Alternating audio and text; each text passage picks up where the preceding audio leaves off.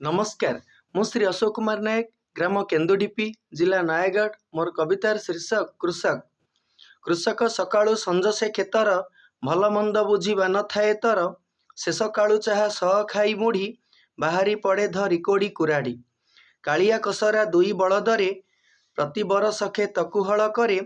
परिश्रमे लाभ रखे ना ता आखि, सपरिवार सुखी से थिरे खुशी।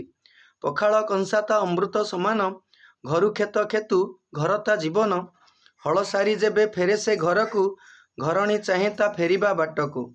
भात शाग तियण दिए परसी, अति उल्लास रे खाई थाए बसी। संजे भागवत टुंगी को से जाए, कर्म धर्म पुराण बसी शुणाए। कृषक बोली तो नाही तार दुख, कृषक परिश्रम मेंटुची भोक। अन्न जोगाड़े बीते दिन राति, खटी खटी प्राण जाए तार गति। कृषक भाई से ही कृषक भाई, तो भली बंधुए महीरे भी नहीं। करे ना केहिरे तापरी के पुण्य, धन्य तार जीवन जय किसान।